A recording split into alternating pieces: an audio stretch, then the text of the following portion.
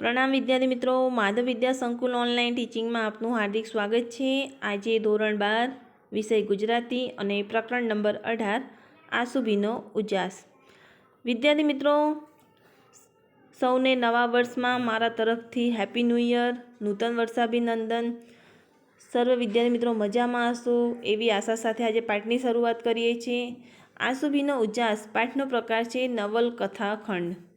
તો મેં તમને અગાઉ પણ ચર્ચા કરી હતી કે નવલકથા ખૂબ જ મોટી હોય છે અને તેમાંથી આજે આપણે એક અંશ, એક ખંડ લેવામાં અહીંયા આવેલો છે। ખંડ આપણે અહીંયા ભણવાનો છે। હવે નવલકથા ખંડ દિલીપ રાણપુરા લઈને આવેલા છે। તો તેમનો જન્મ 14/11/1932માં થયો અને તેમનું અવસાન 16/7/2003માં થયું। હવે દિલીપ રાણપુરાનું પૂરું નામ છે દિલીપ નાગજીભાઈ રાણપુરા। યાદ રાખજો, પરીક્ષામાં 1 માર્ક્સમાં પૂછાય છે। નવલિકા અને નવલકથા ક્ષેત્રે જાણીતા અને નોંધપાત્ર પ્રદાન કરનાર દિલીપ નાગજીભાઈ રાણપુરાનો જન્મ તેમનું વતન ધંધુકામાં જ થયો હતો। આજીવન શિક્ષક અને આચાર્ય તરીકે પોતાની સેવાઓ આપી। તેમને કેટલીક નવલકથાઓ, નવલિકા અને રેખાચિત્રના સંગ્રહો પણ લખેલા છે, જે પરીક્ષામાં 1 માર્ક્સમાં પૂછાતા હોય છે। આપણે અહીંયા યાદ રાખવાનું છે। સૂકી ધરતી સૂકા હોઠ, આસુભીનો ઉજાસ। આજે જે પાઠ છે આસુભીનો ઉજાસ, એ આસુભીના ઉજાસ પુસ્તકમાંથી જ લેવામાં આવેલો એક ખંડ છે। મીરાની રહી મહેક, આ કાંઠે તરસ, પીઠે પાંગર્યો પીપળો, ઊંડા ચીલા, મને પૂછશો નહીં, તેમની વખાણવા લાયક નવલકથાઓ છે।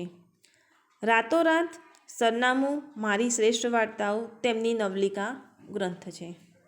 લાગણીના ફૂલ, છવી તથા સુગંધ સંબંધોની તેમના રેખાચિત્રના આપેલા સંગ્રહો છે। વાત એક માણસની માં ચરિત્ર નિબંધો છે।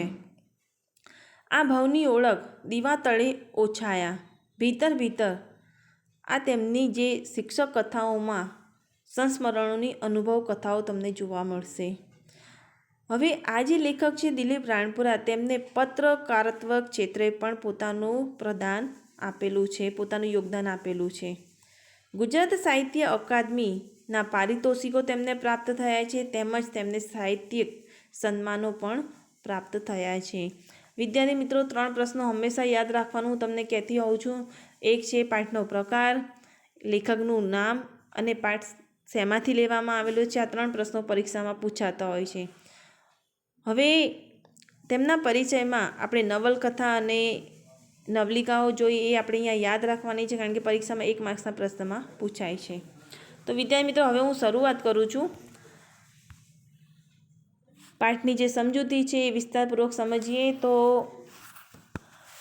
નવલકથાના નાયક દેવરાજનું ભગવાનભાઈના આગ્રહથી વસુધાના અભ્યાસ મારફતે જે પરિવર્તન આવે છે, જે જીવન ઘડતર થાય છે, એની અહીંયા વાત કરવામાં આવી છે। તો અહીં મુખ્ય પાત્ર છે દેવરાજ, તેનો પરિચય મેળવી લઈએ। તો વિદ્યાર્થી મિત્રો, દેવરાજ એક ગરીબ પરિવાર છે। દેવરાજનો પરિવારમાં તેના માતા છે, તેના પિતા છે અને તેનો નાનો ભાઈ પ્રભુ, તેની 2 નાની બહેનો છે કાંતા અને વિજુ। હવે દેવરાજ પોતાના પિતા સાથે મજૂરી કરે છે, લારી ખેંચતો। મજૂરી ના મળે ત્યારે એ હોટલમાં કપ રકાબી પણ ધોવા જતો। તમે વિચારી શકો, દેવરાજનું કુટુંબ અહીં ખૂબ જ ગરીબ છે। હવે દેવરાજના જીવનમાં કંઈક એવું બને છે જેના લીધે દેવરાજ એક વસુધા નામની સંસ્થામાં જોડાય છે। હવે આ વસુધા શું છે એ આપણે થોડુંક ડિટેલમાં સમજી લઈએ। તો અહીં વસુધા નામની જે સંસ્થા છે, એ સંસ્થામાં એક સભ્ય છે ભગવાનભાઈ, જે દેવરાજને વસુધા નામની સંસ્થામાં લઈને આવે છે। આ સંસ્થાનું કાર્ય છે કે જે તે જિલ્લાના ઊંડા ગામડામાંથી, જે ગામડાઓ અવિકસિત છે, તે ગામડામાંથી તે બાળકોને વસુધામાં લાવીને કેળવણી આપે છે અને પોતાના ગામને ફરી કેવી રીતે ઊભા કરવા, કેવી રીતે તેનો વિકાસ કરવો, એ સંસ્થા અહીંયા શીખવાડે છે। હવે આ સંસ્થા જે બાળકને લઈને આવે છે તો એ બાળકો અહીં કેળવણી પામે છે અને પોતાના ગામને આત્મનિર્ભર બનાવે તેવી તાલીમ આપવામાં આવે છે. તો વસુધા નામની સંસ્થામાં કેળવણી પામેલ યુવાનો ગામના લોકોને વ્યસનમુક્ત કેવી રીતે કરવું એ અહીંયા શીખવવામાં આવે છે.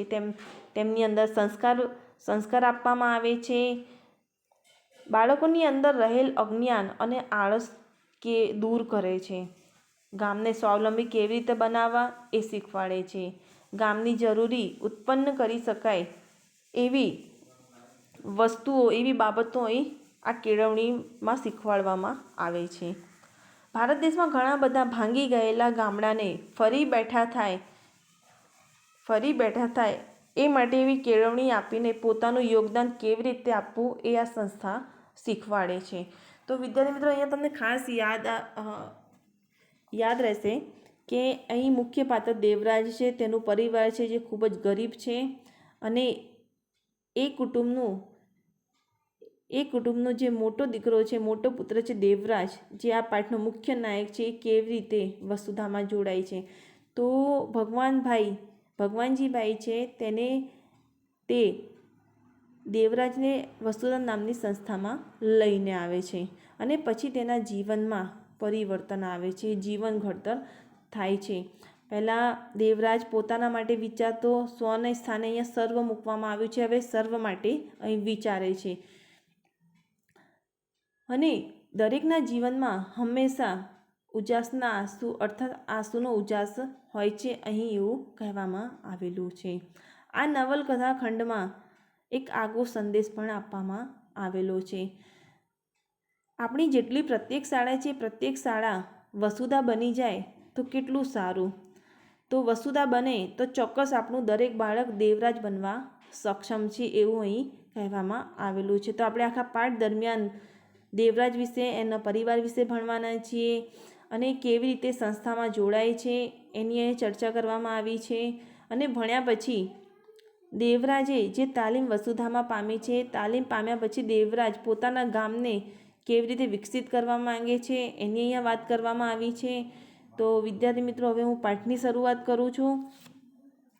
તો વિદ્યાર્થી મિત્રો, આપણે નેક્સ્ટ વિડીયોમાં જોઈશું પાઠની શરૂઆત અને વિસ્તારપૂર્વક આપણે પાઠ સમજશું.